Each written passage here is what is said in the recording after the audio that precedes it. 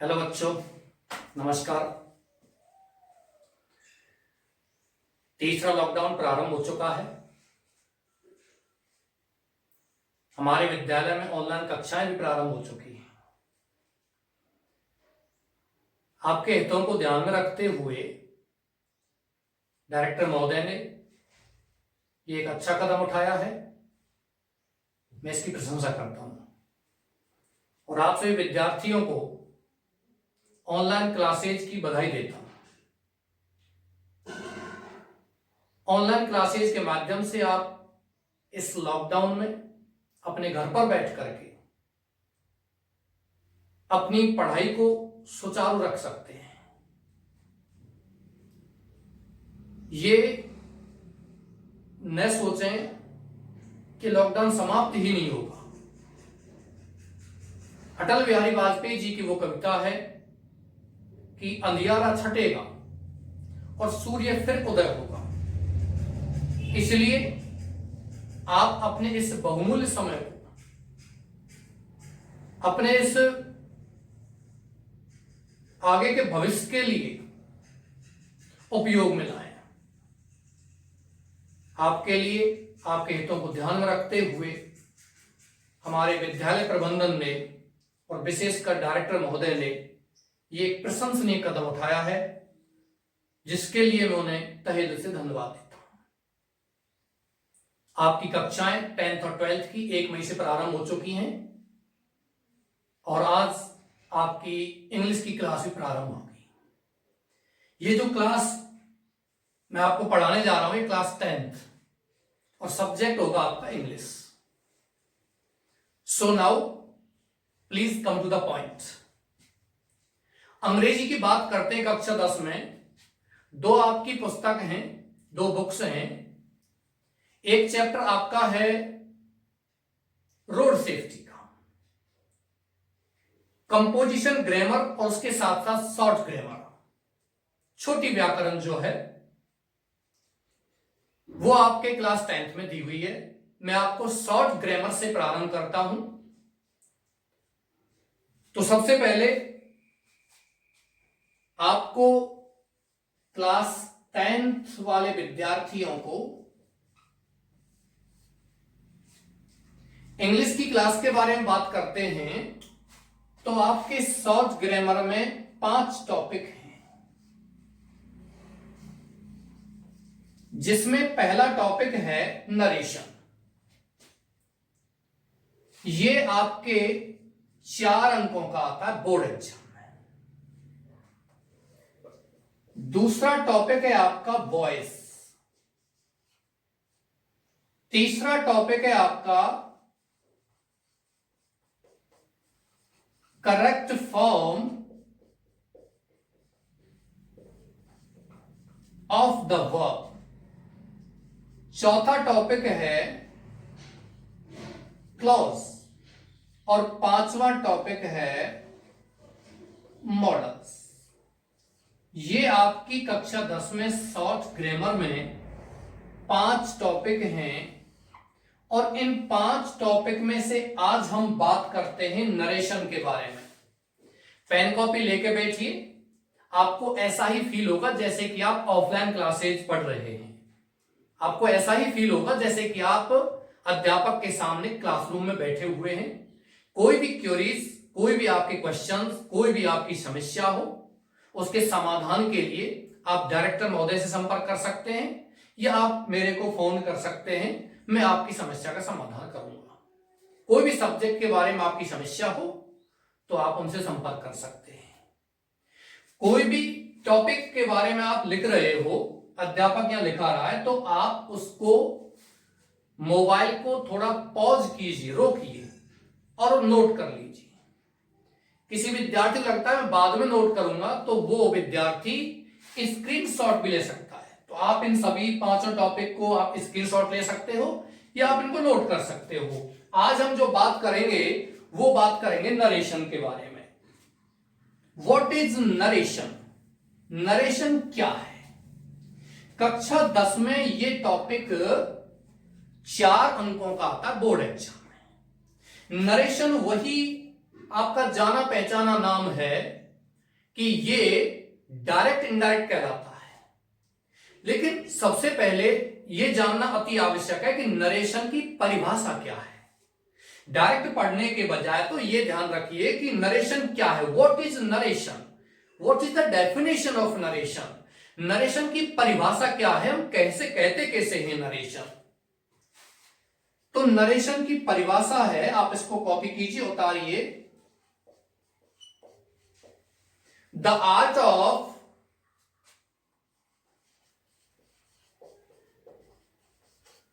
Reporting the words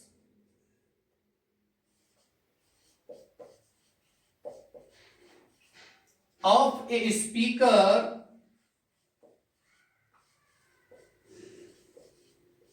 is called narration। Hindi में बात करते हैं, नरेशन का अर्थ होता है कथन। कहने का मतलब द आर्ट, कला ऑफ रिपोर्टिंग माने व्यक्त करने की, बताने की, द वर्ड्स माने शब्दों को, ऑफ ए स्पीकर माने किसी वक्ता के, किसी बोलने वाले के, इज कॉल्ड नरेशन, वो क्या कहलाता है, नरेशन। देयर आर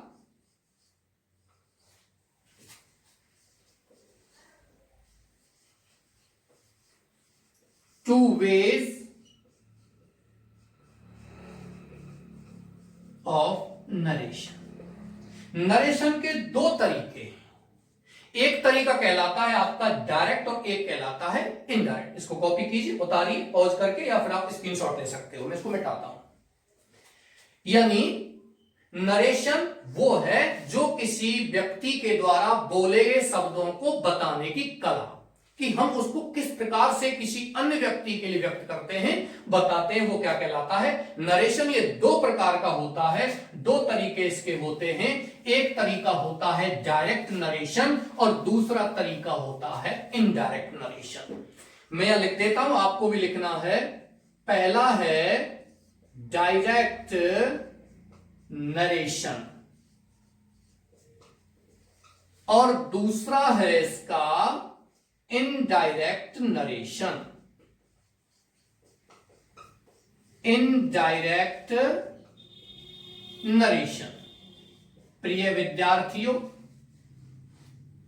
नरेशन और स्पीच दोनों एक ही चीज है। नरेशन माने कथन होता है, स्पीच माने भी कथन होता है।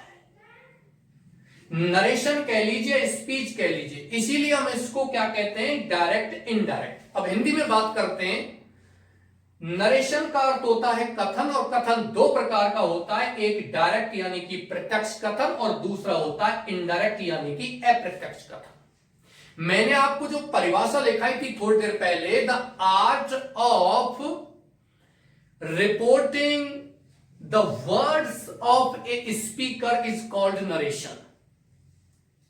यानी कि किसी वक्ता के द्वारा बोले गए शब्दों को हम नरेशन कहते हैं, और नरेशन दो प्रकार का होता है। प्रिय विद्यार्थियों, आपको बोर्ड एग्जाम में इस प्रकार का कोई प्रश्न नहीं आएगा, जैसे कि मैं यह बता रहा हूं कि नरेशन कितने प्रकार का होता है, जैसे कि नरेशन की क्या परिभाषा, ऐसा कोई क्वेश्चन आपको नहीं आएगा। व्हाट इज नरेशन या what is the definition of narration, ऐसा कोई प्रश्न आपको नहीं आएगा। प्रश्न जो आएगा आपको बोर्ड एग्जाम वो ये है कि आपको डायरेक्ट नरेशन यानी कि डायरेक्ट स्पीच दिया हुआ आएगा बोर्ड एग्जाम में, और उस डायरेक्ट स्पीच को, डायरेक्ट नरेशन को आप किस में बदलोगे, इनडायरेक्ट स्पीच यानी इनडायरेक्ट नरेशन में बदलोगे। इसलिए हम यहां जो अध्ययन करेंगे वो किसका करेंगे, डायरेक्ट नरेशन का करेंगे, डायरेक्ट स्पीच का करेंगे। ये आगे की बात है कि कुछ कंपटीशन जो होते हैं उनमें इनडायरेक्ट नरेशन को डायरेक्ट नरेशन में बदलवा लेता है, लेकिन कक्षा 10 में आपको केवल वही सीखना है, यानी कि डायरेक्ट नरेशन को हम कैसे, how do we change direct narration into indirect narration, कि हम डायरेक्ट नरेशन को इनडायरेक्ट नरेशन में कैसे बदलते हैं, यानी कि डायरेक्ट स्पीच को इनडायरेक्ट स्पीच में कैसे बदलते हैं। इसलिए आपको सबसे पहले यह जानना है कि डायरेक्ट नरेशन क्या है। प्रत्यक्ष कथन के दो भाग होते हैं। प्रत्यक्ष कथन का मतलब होता है वक्ता के द्वारा, स्पीकर के द्वारा बोले गए शब्दों को श्रोता, लिसनर जैसा का वैसा ही किसी अन्य व्यक्ति को बताता है, वो डायरेक्ट नरेशन कहलाता है। और अपने शब्दों में जब बताता है तो वो क्या कहलाता है? Indirect narration. मैं आपको बता देता हूं, डायरेक्ट नरेशन के दो भाग होते हैं। नरेशन के दो भाग, डायरेक्ट और इनडायरेक्ट, और डायरेक्ट नरेशन के भी दो भाग होते हैं। एक भाग कहलाता है रिपोर्टिंग वर्ब, जिसको हम कहते हैं आरवी, और अपनी भाषा में कहते हैं बाहर वाला भाग। साथ साथ नोट भी करते चलो और लिखते भी चलो, इसको समझते भी चलो। दूसरा आता है रिपोर्टेड स्पीच, जिसको हम शॉर्ट में कहते हैं आरएस, यानी अंदर वाला भाग। क्यों कहते हैं अंदर वाला भाग? प्रिय विद्यार्थियों, आर रिपोर्टिंग वर्ब यानी कि आरवी शॉर्ट में, ये वाला पार्ट, ये वाला भाग, ये वाला क्लॉज इन्वर्टेड कॉमाज के बाहर होता है, इसीलिए हम इसको बाहर वाला भाग कहते हैं। जबकि reported speech RS inverted commas के अंदर होता है, इसलिए हम इसको क्या कहते हैं? अंदर वाला भाग कहते हैं। तो मैं आपको यहां आरवी कहां होता है, आरएस कहां होता है, ये बताता हूं, आप इसको नोट कीजिए। इस प्रकार का आरएस आपका आरवी होता है, यानी कि डायरेक्ट नरेशन इस प्रकार का होता है। ये वाला भाग इन्वर्टेड कॉमाज के बाहर है, इसलिए इसको क्या कहेंगे? आरवी, आरवी बाहर वाला भाग। जबकि ये वाला भाग इन्वर्टेड कॉमाज के कहां है? अंदर है, इसलिए हम इसको क्या कहेंगे? अंदर वाला भाग कहेंगे। इस प्रकार का आपका वाक्य होता है। अब आप इसको नोट कीजिए, और एक सेंटेंस में आपको लिख रहा हूं, वो आपको नोट नहीं करना है फिलहाल, वो बाद में नोट करेंगे। वो सेंटेंस पहले समझना है कि हम किसी डायरेक्ट नरेशन को इनडायरेक्ट नरेशन में कैसे बदलते हैं, उसके बारे में यहां थोड़ी देर बात करते हैं, और फिर आपको लिखवाना प्रारंभ करते हैं। यहां जो बात की जा रही है वो की जा रही है डायरेक्ट नरेशन, यानी कि डायरेक्ट स्पीच की, और हम किस प्रकार से डायरेक्ट स्पीच को इनडायरेक्ट स्पीच में बदलते हैं। मैं एक सेंटेंस यहां देता हूं डायरेक्ट स्पीच वाला। Ram said to me, Ram ने मुझसे कहा, ही इज ए टीचर, वह एक अध्यापक है। राम ने यह मुझसे कहा कि वह एक अध्यापक है। तो प्रिय विद्यार्थियों, ये आपको ध्यान रखना है कि ये वाला भाग इन्वर्टेड कॉमाज के अंदर है और ये वाला भाग इन्वर्टेड कॉमाज के बाहर है। तो आप अच्छी तरह इस बात को समझ गए होंगे कि इन्वर्टेड कॉमाज के बाहर वाला क्लॉज क्या कहलाता है? आरवी, और अंदर वाला क्लॉज क्या कहलाता है? आरएस। आरवी और आरएस, ठीक। ये अंदर वाला भाग आरएस रिपोर्टेड स्पीच, और ये बाहर वाला भाग रिपोर्टिंग वर्ब यानी आरवी। अब हम बात करते हैं, एक इसमें थोड़ा ये और है कि ये कभी कभी आरएस इधर आ जाता है और आरवी उधर चला जाता है। लेकिन ध्यान दीजिए, यदि आरएस इधर आएगा तो इन्वर्टेड कॉमाज भी इसके साथ ही आते हैं। लेकिन उस स्थिति में भी जब हम इसको इनडायरेक्ट में बदलते हैं तो सबसे पहले फर्स्ट ऑफ ऑल हम किसको बदलते हैं? आरवी को बदलते हैं। ध्यान दीजिए, इस डायरेक्ट स्पीच को इनडायरेक्ट में जब बदलेंगे या बदलते हैं तो सबसे पहले हम किस भाग को बदलते हैं? आरवी को। ये आरवी है, रिपोर्टिंग वर्ब है, बाहर वाला भाग है। आरवी में कर्ता दिया हुआ है राम और कर्म दिया हुआ है मी। प्रिय विद्यार्थियों, ध्यान दीजिए कि हम आरवी के कर्ता को व कर्म को किसी भी स्थिति में नहीं बदलते। कहने का मतलब we do not change the subject and the object of RV. हम आरवी के कर्ता व कर्म को कभी बदलते नहीं। ये इसका पहला नियम है कि हम आरवी को पहले बदलते लेकिन आरवी के कर्ता व कर्म को कभी बदलते नहीं। तो यहां राम को लिखेंगे तो राम का क्या हो जाएगा, राम। यदि इस स्थान पर कर्ता श्याम होता, मोहन होता, जॉन होता, विलियम होता, कोई भी नाम यहां होता, कोई भी सर्वनाम यहां होता, तो भी हम इसको चेंज नहीं करते। कर्म की बात करते, ऑब्जेक्ट की बात करते हैं, तो ऑब्जेक्ट यहां मी दिया हुआ है, मी को हम चेंज नहीं करेंगे। मी के स्थान पर और भी कोई कर्म दिया हुआ होता तो भी चेंज नहीं करते। यानी इस स्थान पर यदि हिम होता, हर होता, दैम होता, तब भी हम इसको चेंज नहीं करते। किसी व्यक्ति का नाम भी होता तब भी हम इसको चेंज नहीं करते। ये मैं आपको पहले ही बता चुका हूं। चेंज जो होता है, परिवर्तन जो होता है, वो किस में होता है, वर्ब में। ध्यान दीजिए, वर्ब में एक तो आपको क्रिया आएगी से नहीं आता है तो से के बाद क्या लगा हुआ आएगा, एस या ईएस।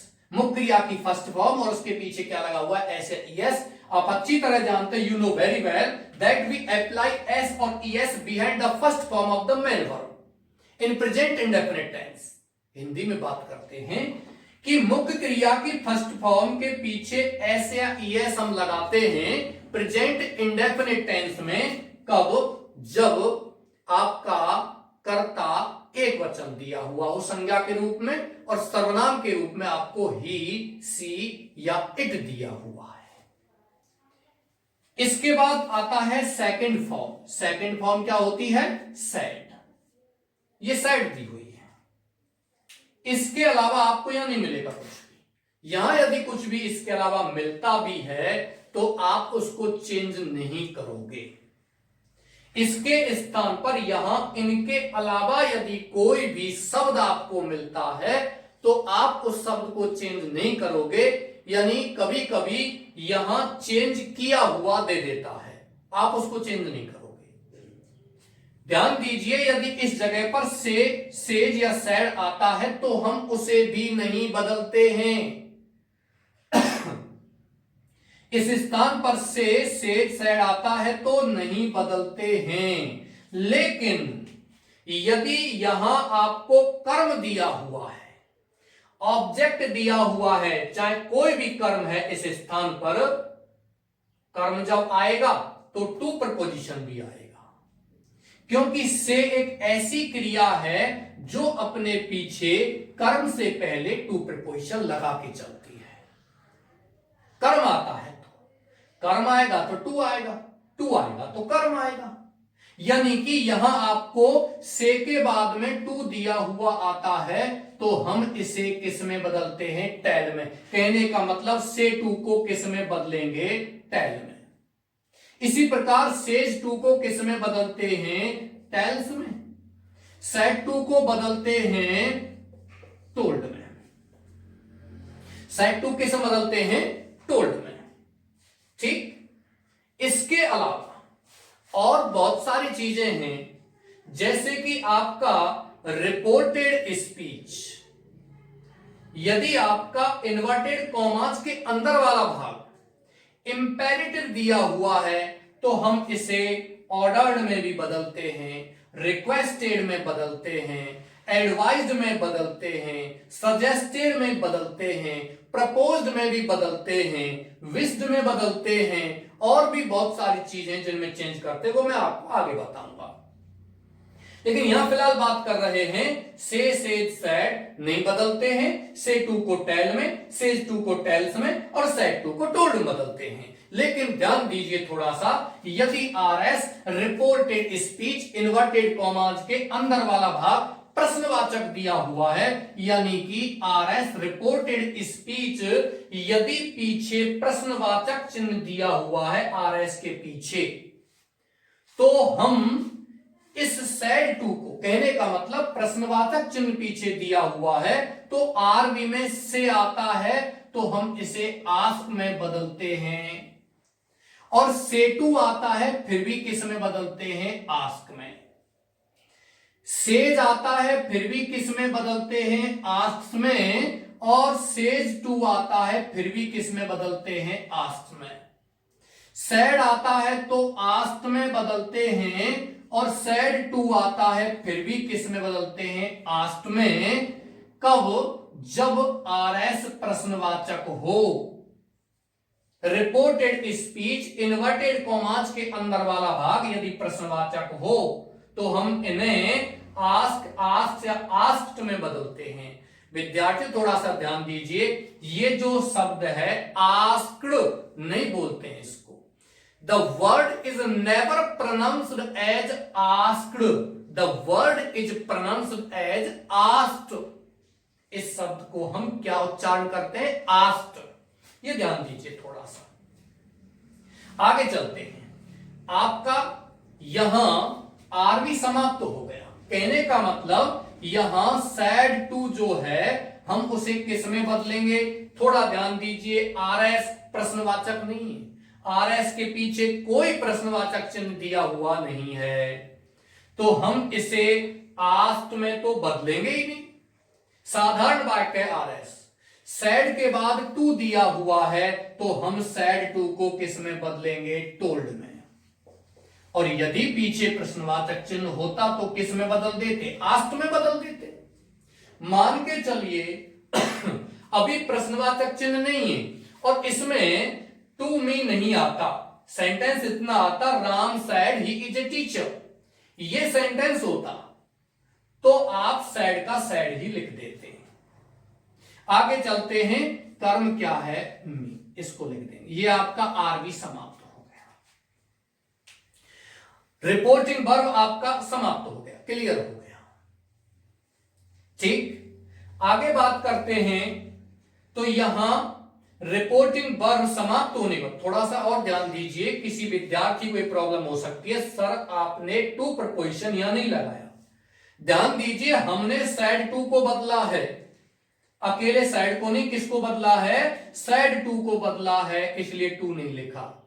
यह आपकी समझने की बात है। बाकी बात करते हैं तो यह ध्यान देना है, टोल्ड इस प्रकार की वर्ब है, टोल्ड इस प्रकार की क्रिया है जो क्रिया अपने पीछे कर्म से पहले कभी भी टू प्रपोजिशन नहीं लेती है। ये इसमें थोड़ा सा आपको ध्यान देना है। आगे चलते हैं, आपका आरवी क्लियर हो गया। आरवी क्लियर होने के बाद यहां आरएस को क्या करते हैं, जोड़ते हैं। आरवी क्लियर हो गया, यहां तक आपका चेंज हो गया इनडायरेक्ट में। यहां तक चेंज होने के बाद इस आरवी और आरएस को हम क्या करते हैं, जोड़ते हैं। जोड़ते हैं तो किसी जोड़क शब्द की आवश्यकता होती है। We need a connector to connect RS and RV clause. RV और आरएस भाग को जोड़ने के लिए हमें किसी जोड़क शब्द की आवश्यकता होती है, हमें किसी कनेक्टर की आवश्यकता होती है। कनेक्टर होता क्या है, ऐसा एक शब्द जो दो क्लॉजेज को जोड़ने का काम करता है, वो क्या कहलाता है, कनेक्टर कहलाता है। कनेक्टर कई प्रकार के लगाए जाते हैं। नंबर एक कनेक्टर लगाते हैं दैट, दूसरा कनेक्टर लगाते हैं इफ या वेदर, तीसरा कनेक्टर लगाते हैं WH हाउस, और चौथा कनेक्टर लगाते हैं टू। ये आपके कनेक्टर हैं, जोड़क शब्द लगाते हैं, डायरेक्ट से इनडायरेक्ट में बदलते समय। कुछ ऐसे भी सेंटेंस होते हैं जिनमें हम किसी भी जोड़क शब्द का प्रयोग नहीं करते, इस्तेमाल नहीं करते। वो सेंटेंस आपको आगे आएंगे, उन वाक्यों को हम कहते हैं फ्रेगमेंट सेंटेंस या टिपिकल सेंटेंस। उन वाक्यों में हम किसी भी जोड़क शब्द का प्रयोग नहीं करते। टू कनेक्टर जो है, टू जो प्रपोजिशन है, शब्द है, ये जोड़क शब्द भी है, दो वाक्यों को जोड़ने का काम भी करता है। इसका हम प्रयोग करते हैं कहां, जब आरएस इंपेरेटिव हो, आरएस रिपोर्टेड स्पीच इंपेरेटिव हो, तब हम इसका प्रयोग करते हैं। इसके अलावा 3 प्रकार के कनेक्टर जोड़क शब्द हैं, हम इनके बारे में बात करते हैं फिलहाल। नंबर 1 जोड़क शब्द है दैट। कब लगाते हैं दैट? जब आपका RS reported speech inverted commas के अंदर वाला भाग साधारण हो या नकारात्मक हो, तो हम यहां क्या लगाते हैं? दैट। कहने का मतलब मीन्स टू से, यहां यदि आरएस के प्रारंभ में इस जगह पर यहां कोई भी कर्ता दिया हुआ आ जाता है, कर्ता यानी कि कोई भी सर्वनाम या कोई भी संज्ञा यहां दी हुई आ जाती है, तो हम जोड़क शब्द क्या लगाते हैं? दैट। कोई भी प्रोनाउन या कोई भी नाउन यहां दी हुई है, तो हम जोड़क शब्द क्या लगाते हैं? दैट। इस स्थान पर यदि कोई कर्ता I, we, you, they, he, she, it, इनमें से कोई भी कर्ता यहां दिया हुआ है या कोई संज्ञा दी हुई है, तो हम यहां जोड़क शब्द क्या लगाते हैं? दैट। क्लियर? दूसरा जोड़क शब्द लगाते हैं इफ या वेदर। प्रिय विद्यार्थियों, जब RS reported speech inverted commas के अंदर वाला भाग यदि आपका इंटरोगेटिव हो, प्रश्नवाचक हो। विद्यार्थियों, प्रश्नवाचक वाक्य 2 प्रकार के होते हैं। एक वाक्य होता है ऐसा वाक्य जो सहायक क्रिया से प्रारंभ होता है या किसी मॉडल से प्रारंभ होता है। ऐसे प्रश्नों का उत्तर हम हां या ना में देते हैं, उनको हम कहते हैं yes no type question. Yes no type question होता है। और एक प्रकार का होता है ऐसा प्रश्नवाचक वाक्य जिसमें WH या हाउ शब्द शुरुआत में आता है, वो जिसका उत्तर हम विवरण में देते हैं। 2 प्रकार के होते हैं। लेकिन यहां आपको ध्यान देना है कि यदि RS reported speech inverted commas के अंदर वाला जो भाग है, ये अंदर वाला भाग के प्रारंभ में, शुरुआत में यहां कोई भी हेल्पिंग वर्ब या कोई भी मॉडल होती है और पीछे प्रश्नवाचक चिन्ह होता है, तो हम यहां जोड़क शब्द क्या लगाते हैं?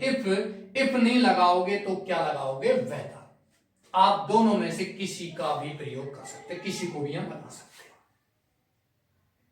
सहायक्रिया मॉडल को आप अच्छी तरह जानते हो, 24 होती हैं। वास्तविक रूप में 11 सहायक्रिया होती हैं, 13 मॉडल होती हैं। और भी यदि आप बात करते हैं तो 11 सहायक्रिया होती हैं और 10 मॉडल्स होती हैं और 3 होती हैं marginal verbs, use to, dare और नीड। सहायक्रिया मॉडल की बात करते हैं is, are, am, was, were, has, have, had, do, does, did, can, could, shall, should, will, would, may, might, must, ought to, use to, dare, need। ये आपकी सहायक्रिया model है, 24 होती हैं। यदि इनमें से कोई भी सहायक्रिया मॉडल यहां आती है और पीछे प्रश्नवाचक चिन्ह आता है, तो आपको यहां कनेक्टर जोड़क शब्द इफ या वेदर में से कोई भी लगा देना है।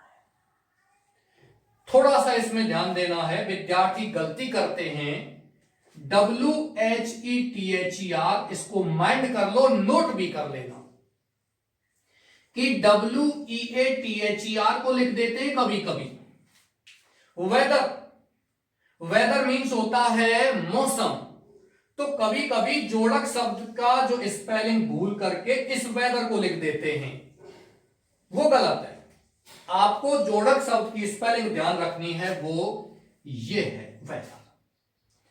तीसरा जोड़क शब्द बात करते हैं WH या हाउ शब्द। यदि आपको रिपोर्टेड स्पीच इन्वर्टेड कॉमास के अंदर वाला आर एस। यदि इसके प्रारंभ में यहां कोई भी WH शब्द हो या हाउ शब्द हो और पीछे प्रश्नवाचक चिन्ह हो तो हम यहां उसी WH शब्द को जोड़क शब्द लगा देते हैं। ये WH और हाउ शब्द क्या होते हैं? ऐसे शब्द जो प्रश्न पूछने का काम करते हैं। हिंदी में बात करते हैं तो क्या, कौन, कैसे, कब, कहां, कितने, कितना इत्यादि। और इंग्लिश में बात करते हैं तो what, where, why, when, who, whose, whom, which, how, how many, how much, how far, how long, how high, how wide और बहुत सारे। इन शब्दों को हम WH हाउ शब्द इसलिए कहते हैं कि ये जो शब्द हैं इनका प्रारंभ जो होता है वो या तो WH से होता है या हाउ से होता है, इसलिए हम इनको WH हाउ शब्द कहते हैं। ये जब प्रारंभ में आते हैं और पीछे प्रश्नवाचक चिन्ह आता है तो हम उसी WH शब्द को जोड़क शब्द के रूप में लगा देते हैं। लेकिन थोड़ा सा ध्यान आपको देना है कि यहां जो WH शब्द है, जैसे कि मैं एक सेंटेंस बोल रहा हूं, वेयर डू यू लिव, आप कहां रहते हो, वेयर आ गया यहां तो हम उसी वेयर को यहां जोड़क शब्द लगा देंगे। यदि मान के चलिए यहां वेयर नहीं आता है, आपको सेंटेंस आ गया why are you laughing at me, तो मुझ पर क्यों हंस रहे हो, तो इसको वाई लगा देंगे। Why are you looking at me, तुम मुझ पर क्यों देख रहे हो, मेरी ओर क्यों देख रहे हो, तो उस वाई को लगा देंगे। यहां आपका आर एस आता हाउ आर यू, आप कैसे हो, या हाउ आ गया तो आप उसी हाउ को जोड़क शब्द लगा देते हैं। बीच में एक इंटरप्शन और लेता हूं, यहां दो शब्द ऐसे हैं दो शब्द ऐसे हैं, एक तो है हाउ और एक है व्हाट। ये शब्द WH शब्द के अलावा एक्सक्लेमेटरी शब्द और है, लेकिन एक्सक्लेमेटरी सेंटेंस होगा तो पीछे प्रश्नवाचक चिन्ह नहीं आएगा, आपको विस्मयादि बोधक चिन्ह आएगा। तब हम उसी WH को जोड़क शब्द नहीं लगाएंगे, क्या लगाएंगे, दैट। वो मैं आपको आगे और बता दूंगा, दैट लगाते हैं उसमें।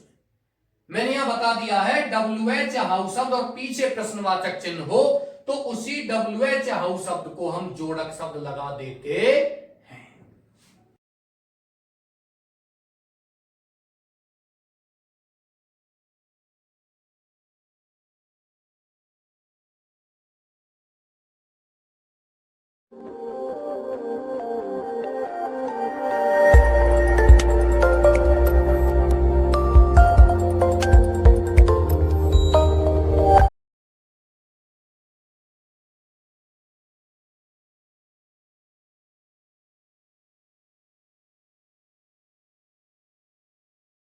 आपके तीन प्रकार के कनेक्टर यहां हो गए।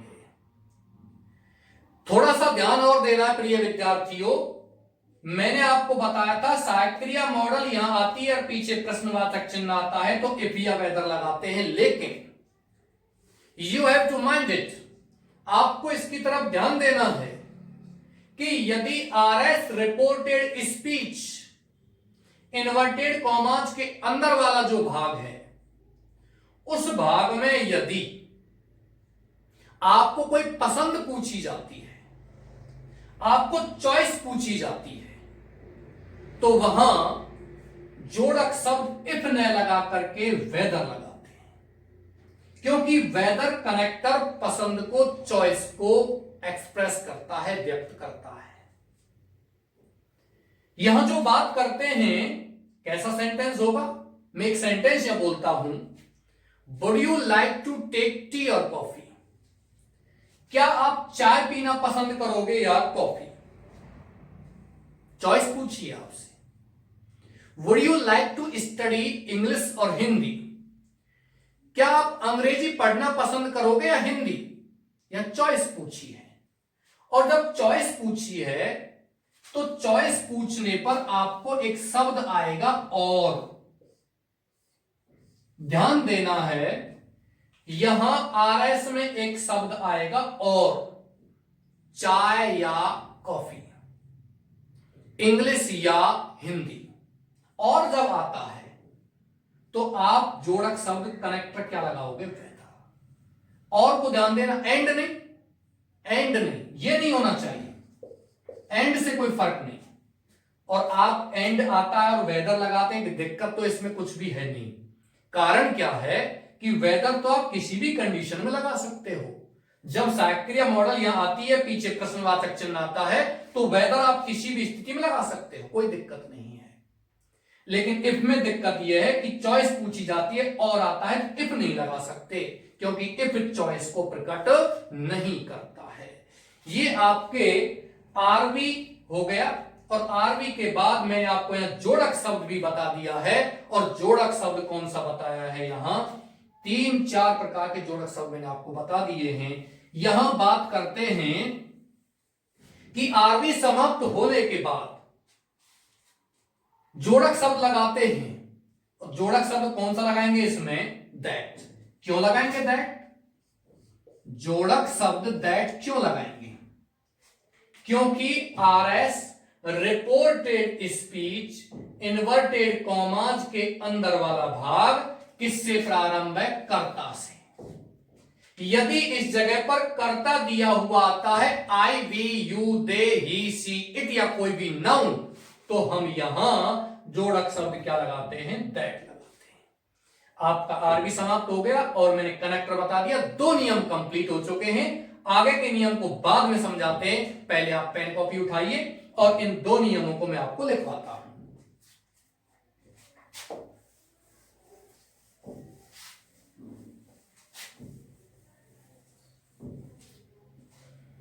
लिखिए, निम्न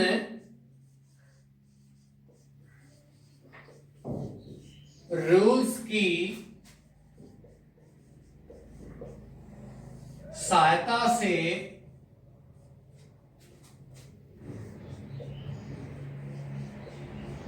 डायरेक्ट स्पीच को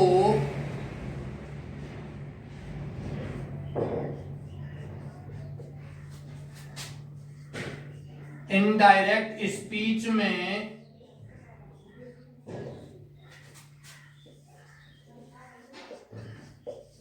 बदलते हैं। नीचे लिखे रूल नंबर 1,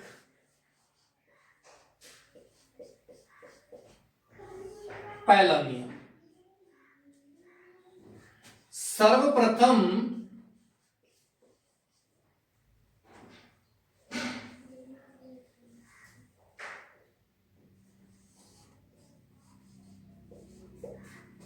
आरवी क्लॉज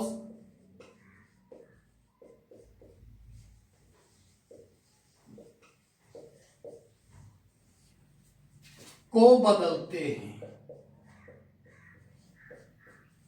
लेकिन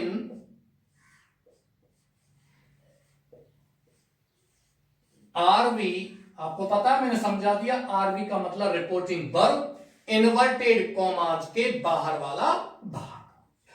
लेकिन आरवी के कर्ता,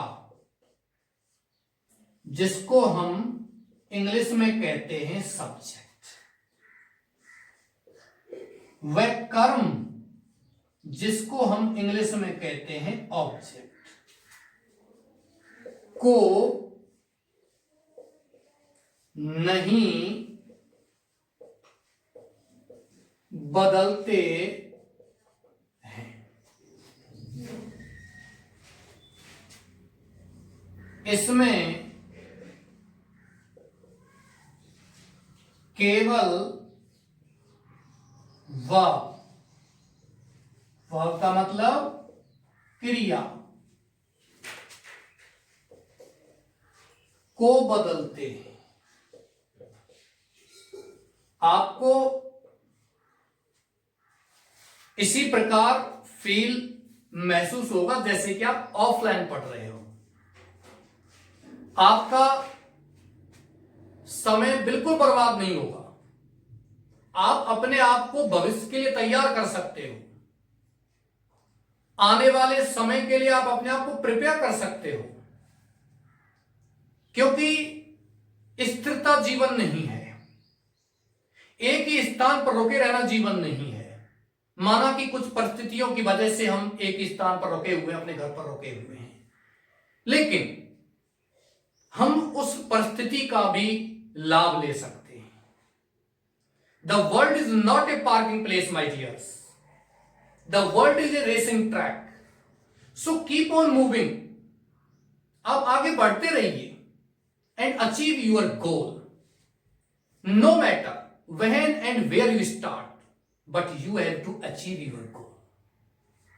आप कहां से प्रारंभ करते हैं, कब प्रारंभ करते हैं, यह कोई बात नहीं, लेकिन आपको अपना लक्ष्य प्राप्त करना ही होगा।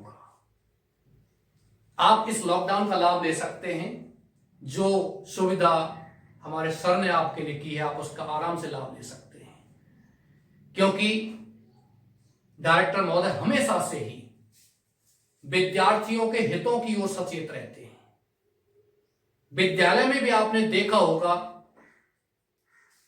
विद्यालय ऑफलाइन कक्षाओं के दौरान भी आपके हितों की ओर हमेशा से सजग रहे हैं, और इसी सजगता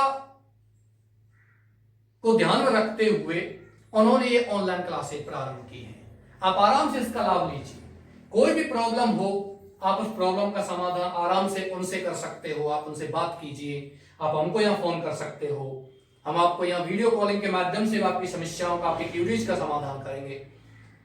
ये आप जैसे मैं लिखता हूं, आप इसको साथ साथ ही नोट करते चलिए, और कोई भी आपको प्रश्न पूछना है कमेंट में डाल सकते हो, बात भी कर सकते हो।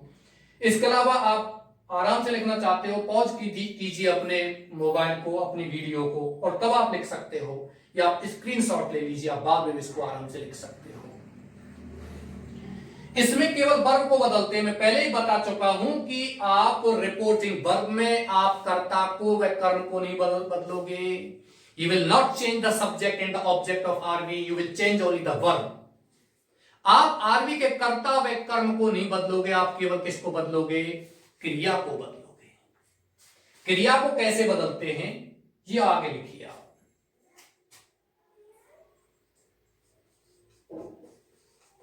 क्रिया में से,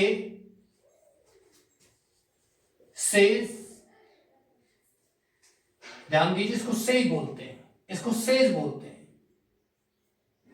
ये दुनिया की एक ऐसी स्पेलिंग है जिसका उच्चारण एस या ईएस लगने पर भी चेंज हो जाता है। दुनिया में किसी भी स्पेलिंग का उच्चारण चेंज नहीं होता यदि उसके पीछे ऐसे ईएस लगाते हैं, लेकिन इसमें चेंज हो जाता है। इसमें इसको से ही बोलते हैं, इसको सेज बोलते हैं। वह सैड को नहीं बदलते हैं।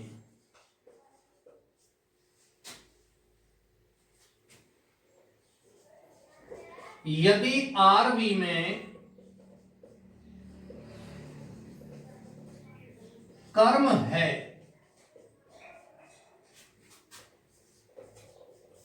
तो से टू को टेन, सेज टू को टेल्स, वह सैड टू को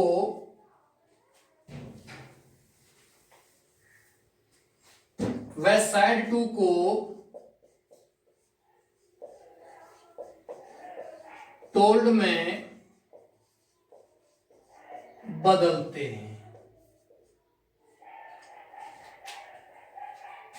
ये मैंने पूरा हिंदी में लिखा है, इंग्लिश में आप लिखना चाहते हो तो first of all we change RV clause, but in RV we do not change the subject and the object. You have to mind it. We change only the verb. If there is say, sage and sad in reporting verb, then you will not change. If there is an object in RV, then you will change say to into tell, says to into tells and said to into told. ये English की बात, आप English में लिखना चाहते हो तो English में लिख सकते हो, हिंदी में लिखिए, समझ में आना चाहिए। यदि RS प्रश्नवाचक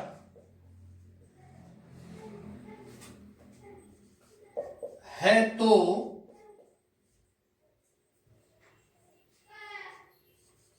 RV को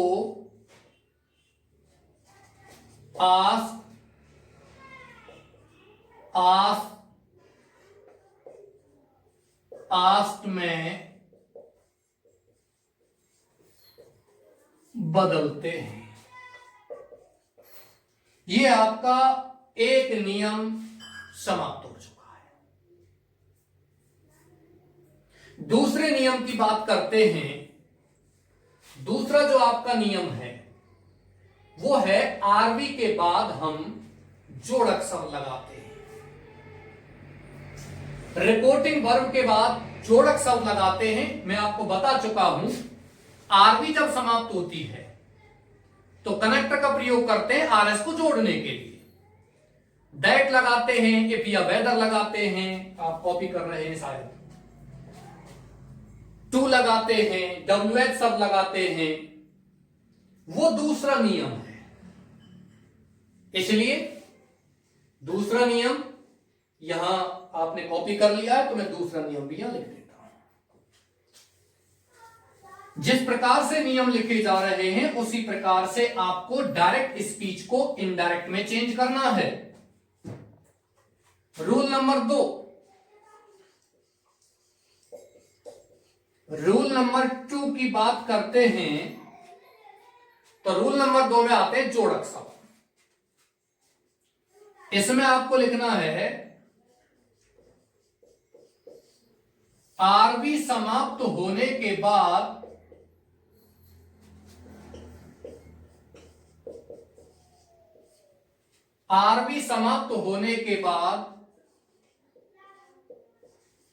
आरएस, मैं आपको फिर बता रहा हूं, RV means reporting verb, inverted commas के बाहर वाला भाग, और आरएस का मतलब होता है रिपोर्टेड स्पीच, इन्वर्टेड कॉमाज के अंदर वाला भाग।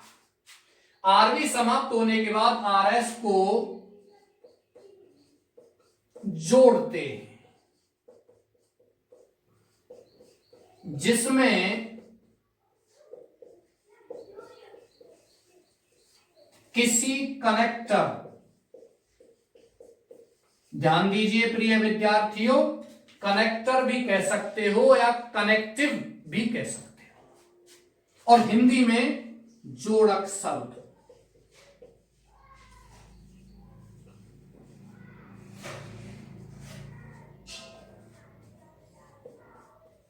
को लगाते हैं। जो निम्न प्रकार है, जो निम्न प्रकार है। यह आपको 3 कनेक्टर के बारे में बताया जाएगा। 2 कनेक्टर की बात यह हम नहीं करेंगे।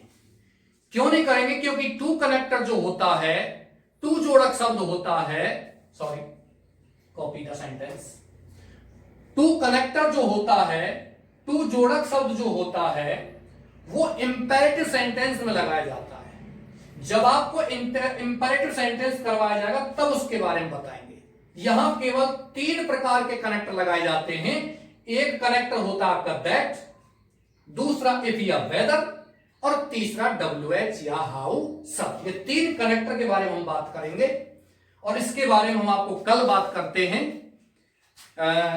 आशा करता हूं कि आपको ऐसा ही फील हुआ होगा जैसा आप ऑफलाइन पढ़ रहे हैं। आपको 2 या 3 रोज में या 4 रोज में यह आपका टॉपिक समाप्त हो जाएगा। 4 नंबर का टॉपिक बोर्ड एग्जाम में आता है। मैं आशा करता हूं कि आप सभी अपने रुचि से सजग होकर के अपनी पढ़ाई के प्रति रुझान रखेंगे, पढ़ाई के प्रति सचेत रहेंगे। इससे आगे कल बात करते हैं। धन्यवाद, थैंक यू वेरी मच।